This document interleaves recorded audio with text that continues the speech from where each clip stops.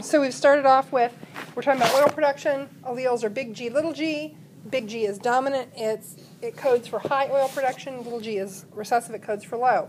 If we have a low oil individual, did you write down their genotype? I said, did you write it down? Okay, so how do you know that it's little g, little g? It's a recessive condition. The only way that you can show the recessive condition is if you've got two copies of the recessive trait.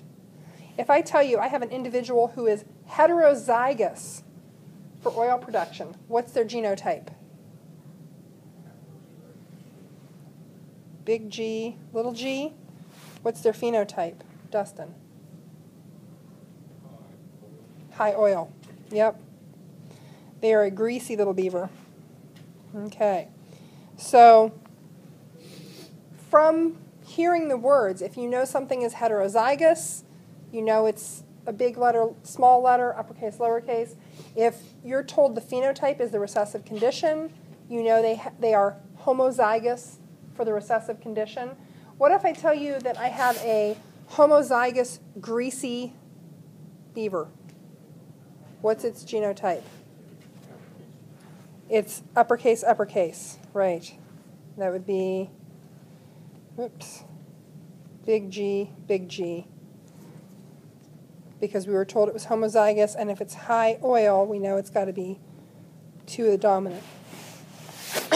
Okay, what's your level of comfort with doing something like that?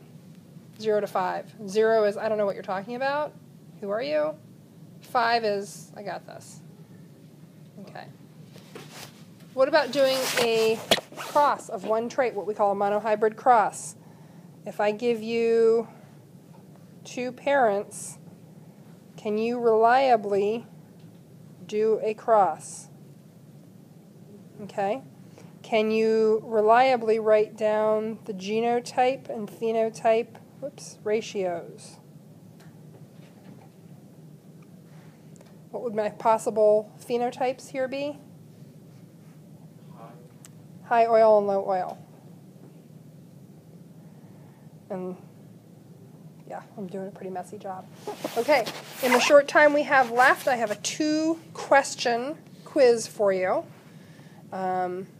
This is kind of going to act as a FIP quiz, so I want you to do your best on it. I want to see what you're scoring, and then we'll go. Okay, so in this, you were told that you had a cross between 2 heterozygous individuals. Show the genotype and phenotype ratios. Show the genotypes and phenotypes of the parents. So you also had to state that this was a white-flowered individual and this was a white-flowered individual. I don't care if you labeled mom and dad or not, but I want you to know the phenotype and genotype. And then this is the classic heterozygous. You get a 1-to-1 genotype ratio and 3-to-1 phenotype ratio. Most people did pretty well with that one, and that's one we've practiced again and again.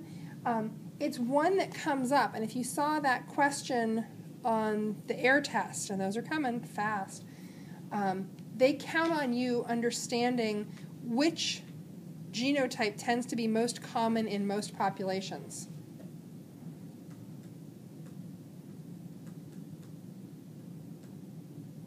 Which genotype would you expect to be most common? Genotype. You're going to see a lot of heterozygous individuals. Now, which phenotype is going to be most common? Dominant.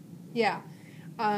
You're going to see a lot more heterozygous individuals because people are not assorted, they're not sorting themselves, they're not mating based on necessarily that one trait. You know, pea plants are random mating because it's wind-borne or bee-borne. So it's random mating. Who knows what, flower this flower is going to pollinate.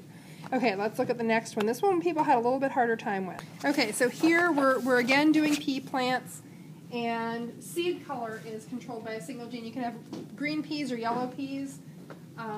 Green is dominant, yellow is recessive. show the genotype and phenotype ratios. Here's where people screwed up. They went, okay, and they threw in 2 heterozygous individuals. I had a few people who did that.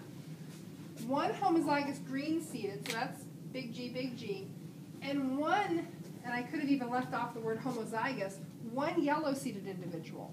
And you know, because that's the recessive phenotype, that they're going to have 2 little g's. And you had to list the genotype and phenotype of each parent.